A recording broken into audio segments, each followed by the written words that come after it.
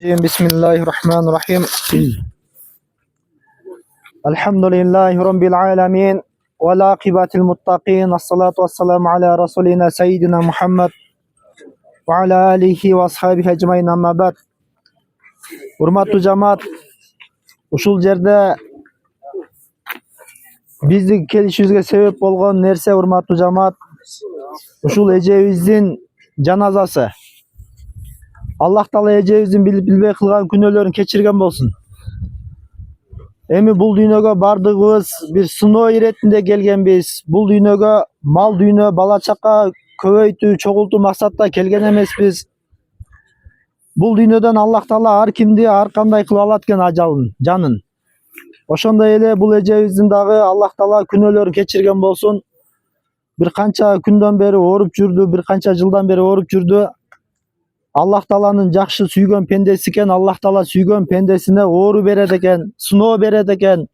Ушул пендем менин сыноолорума, мен берген нерселерге кандай сабыр кылат экен деп Аллах Таала ушул эжебизди бир канча оорулар менен оорутуп сынады. Аллах Таала ошол кылган сабыр кылганына күнөөлөрүн кечирген болсун. Аллахым ушул эжебиздин артында калган балдарына, кыздарына, бир туугандарына чырайлуу сабыр берсин. Урматтуу жамаат, бул дүйнөдөн бардыгыбыз өтүүчүбүз, кетүүчүбүз. Бул дүйнөдө эч ким түбөлүктүү калбайт, эч ким бул дүйнөдө түтүркүк болуп калбайт.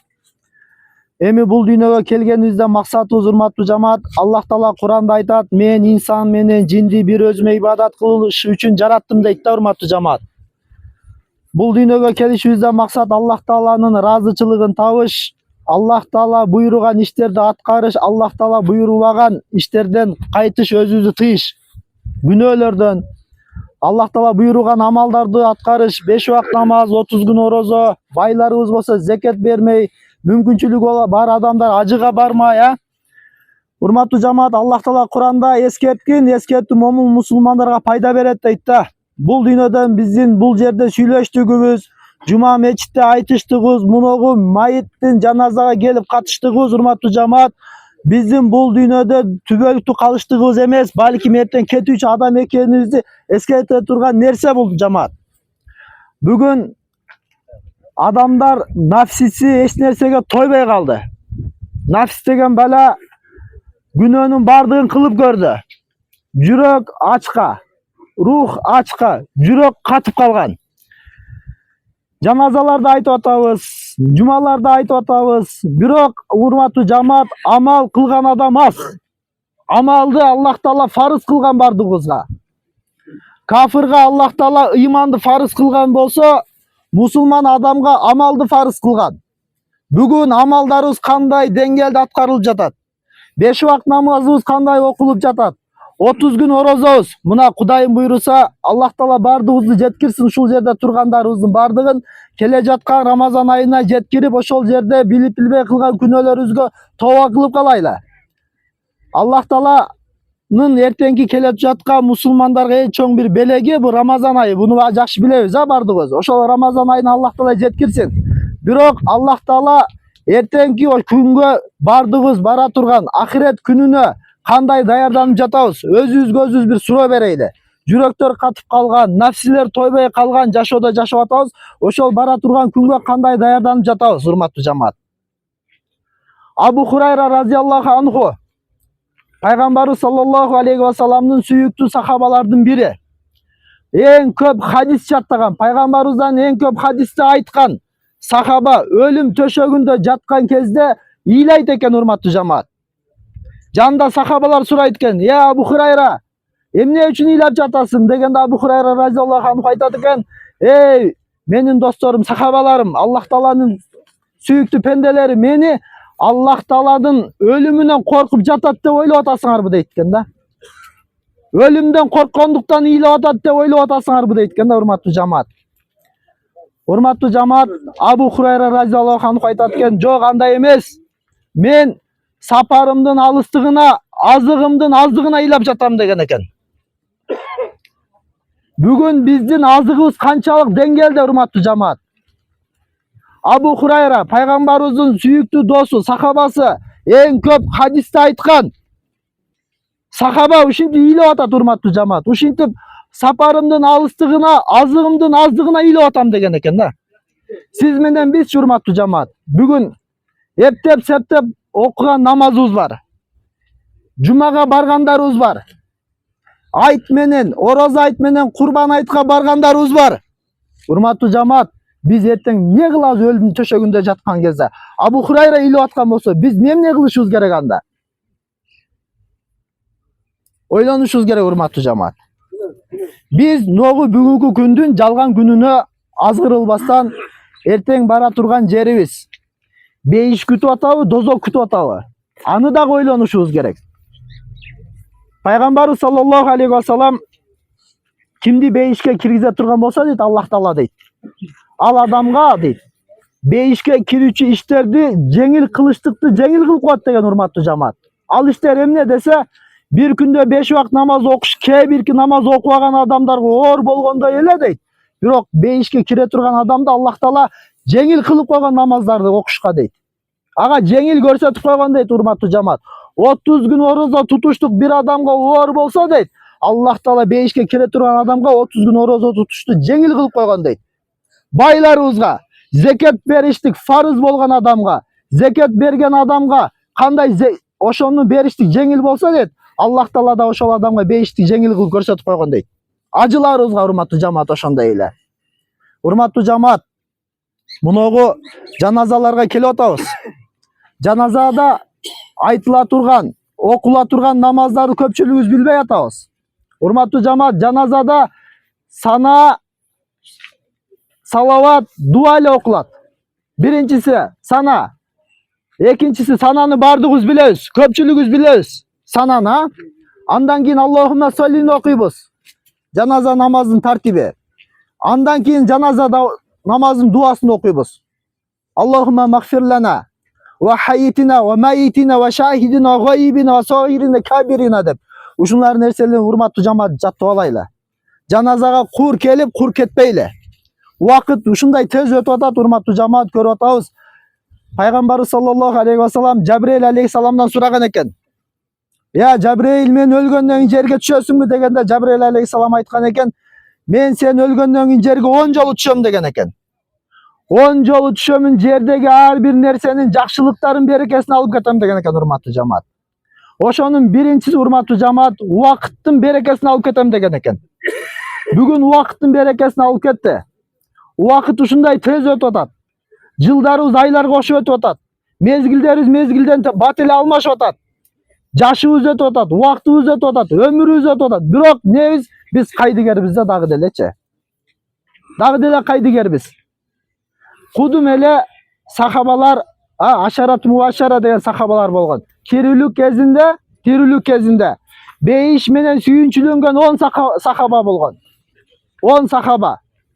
Ошолор дагы ушундай айткан экен. Аллах Таалага ибадат кылат экен, кулчулук кылат экен, Аллах Таала истигфар айтат экен. Эгерде бүгүнкү күндөгү адамдарга Аллах Таала бүгүн сен паланча бейиш болосуң деп айтып кое турган болсо дейт, урматтуу жамаат, алымдарыбыз айтат да, анда биз дейт амал кылбай коебуз дейт да. Мен өлсөм бейишке кирем деп амал кылбай коебуз дейт да, урматтуу жамаат. Андай эмес, урматтуу жамаат. Аллах Таала бизге фарыз кылган амалдарыбызга бүгүн бекем болбой калдык. Ошо амалдарыбызга бекем болойлу. Аллах Таала эртең кыяматта бизден сурай турган нерсе, урматтуу жамаат, 5 убакыт намаз экен биринчиси. Эгерде пенденин 5 убакыт намазы жакшы болсо, андан кийин анын орозосунан суралат дейт. Андан кийин зекетинен суралат дейт. Андан кийин ажылыгынан суралат дейт. Эгерде анын 5 убакыт намазы жок боло турган болсо дейт, анда ал адамдын башка амалдарынан сурак болбойт дейт, урматтуу жамаат. Келиңиздер, намаздарыбызды тургузайлы. Пайгамбарыбыз саллаллаху алейхи ва салам өмүрүнүн акыркы нафастарында жаткан кезде мен үммөтүмдүн намазды окуй коюштугунан корком деген экен. Намазга бекем болгула, намазга бекем болгула, жана таквачылык болгула, таква болгула, Аллах Тааладан коркула деген экен, урматтуу жамаат. Бүгүн канчалык деңгээлде таквабыз, канчалык деңгээлде намаздарыбызга бекембиз бүгүн. Балдарыбызды, үй бүлөбүздү, бала чакабызды намазга канчалык деңгээлде буйруп жатабыз, урматтуу жамаат. Ошол бала чакабыз эртең бизге сен намаз оку деп айтпагансың деп жакабызга асылбасын. Kızlarыбыз жакабызга асылбасын, ата сен хижап жабынды айтпагансың деп кыздарыбыз асылбасын мойнубузга. Айтып калайлы, мойнубуздагы милдеттен кутулуп калайлы. Намаздарга буйруп калайлы. Бул дүйнөнүн зыйнаты менен алектенип калып, ахиреттин жакшылыктарынан кур калып калбайлы, урматтуу жамаат. Пайгамбарыбыз саллаллаху алейхи ва саллям айтат: пенденин кадамы бир кадам жылбайт, ушул 5 суроого жооп бермейинче дейт. Биринчиси, урматтуу жамаат, өмүрүн кандай өткөрдү? Өмүрүңдү кандай өткөрдүң? Ибадат менен өткөрдүңбү? Күнөө менен өткөрдүңбү? Ушак гыйбат менен өткөрдүңбү?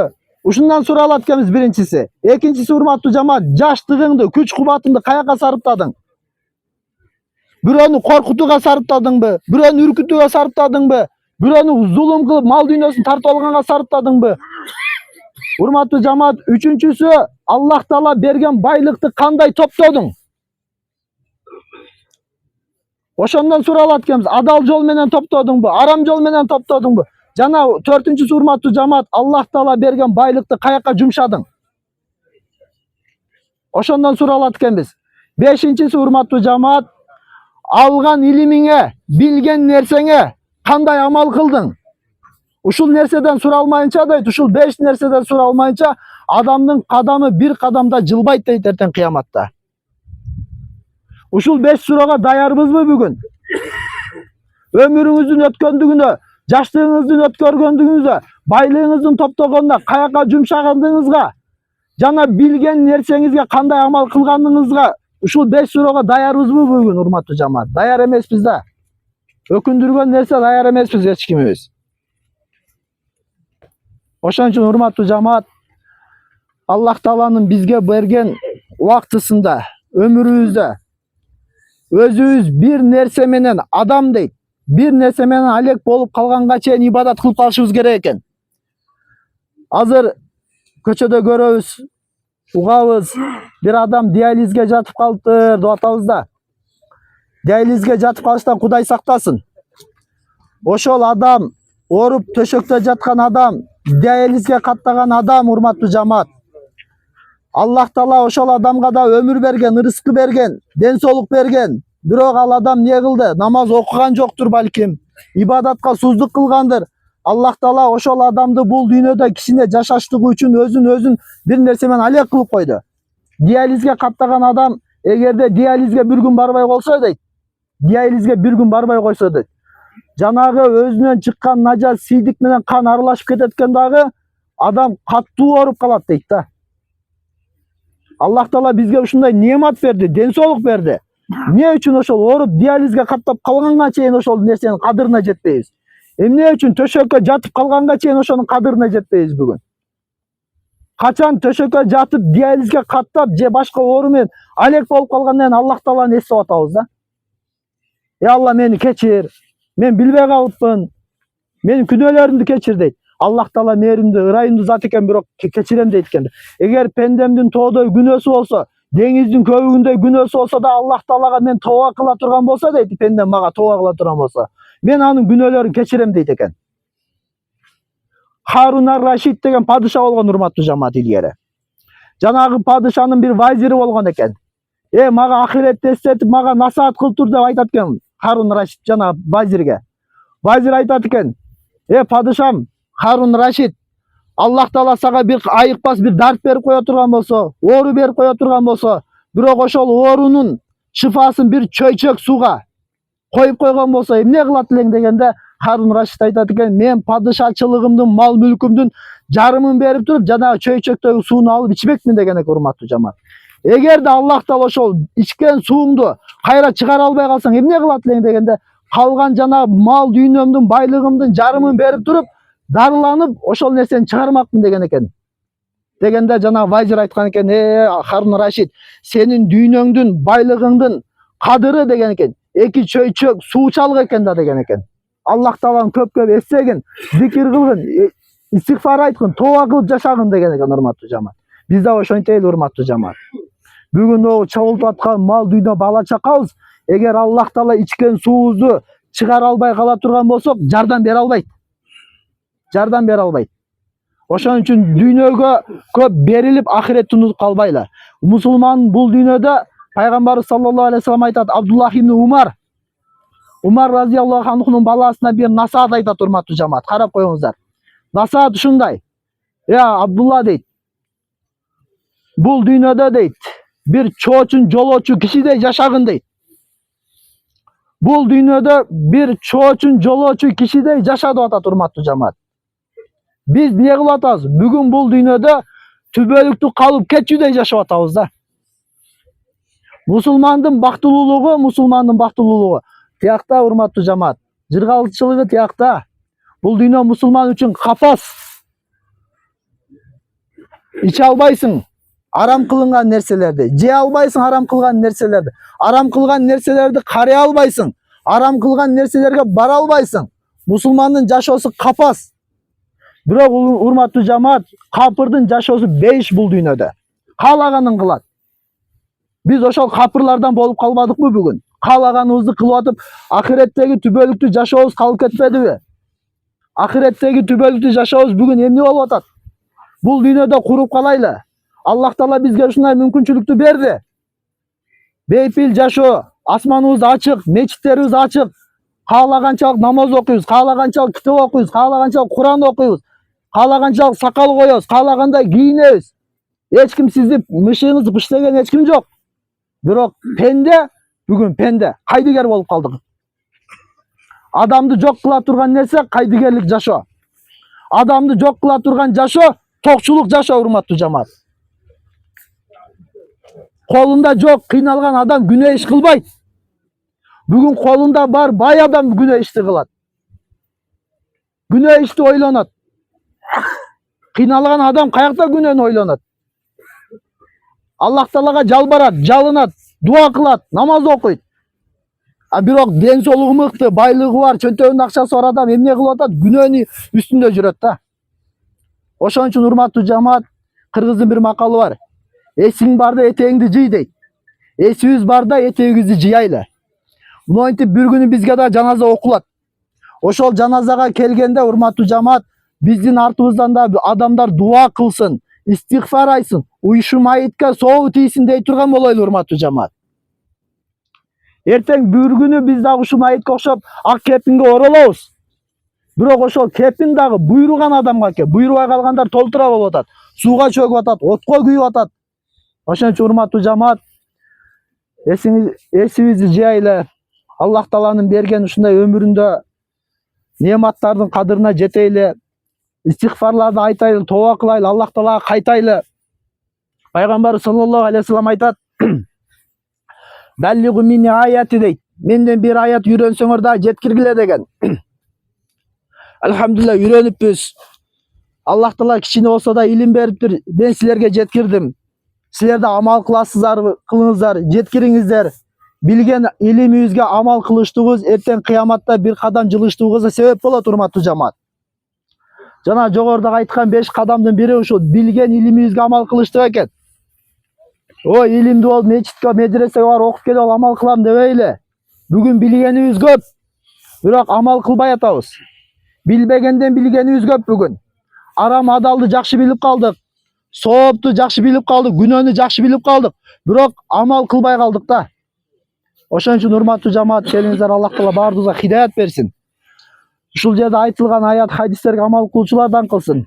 Ушул айтылган маруфтан, нахи мункардан пайда болгон соопту ушул эжебиздин арбагына баштадык. Жаткан жери жайлуу болсун, бара турган жери мейиш бакчалардан кылсын. Артында калгандарын Аллах Таала чырайлуу сабыр берсин. Амин.